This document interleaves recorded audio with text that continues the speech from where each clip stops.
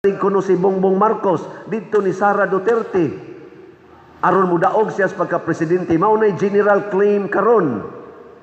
O kita sad kahibaw ko labi na mga Cebuanos di gid makadaog si Bongbong Marcos dinhi kun wapa sila magpartner sa unit team ni Sara Duterte. Ako mo declare ko ana di ko butar niya, ni butar man ko ana ni. Kay usasag kos na nga igo niadtong na panahon pas iyang senior. Usasag kos ga singgit-singgit adto nga tama na, sobra na, palitan na. Pero anong nadaman ko, nadani man ko ni butar sa ilang unit team tungod kay naay Duterte. O nakatagamtam tas kanindot sa gibuhat ni former President Rodrigo Duterte.